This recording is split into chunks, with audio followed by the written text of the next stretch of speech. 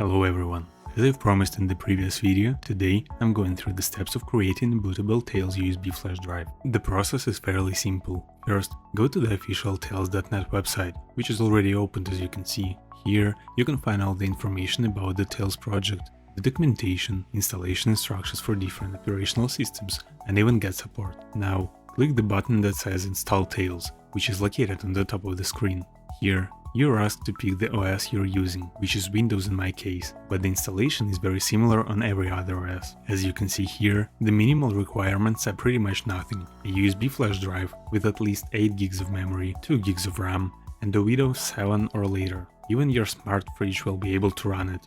Scroll down and download the Tails image, as long as the Etcher app that you will use to burn the image onto your flash drive. Now, as you've done that, open the Etcher app and click Flash from File. Here, you will have to choose the previously downloaded Tails image file. Then click the select target and choose the USB stick you want to use for Tails. Click Flash and wait for it to be done. After the Flash completes sign, you're good to go.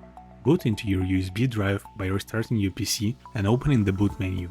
Here you can find all the proper keys to do so. Once Tails is loaded, you will be asked a couple questions on the preferred settings, where it's recommended to pick the default ones. Set up Tor connection and that's it.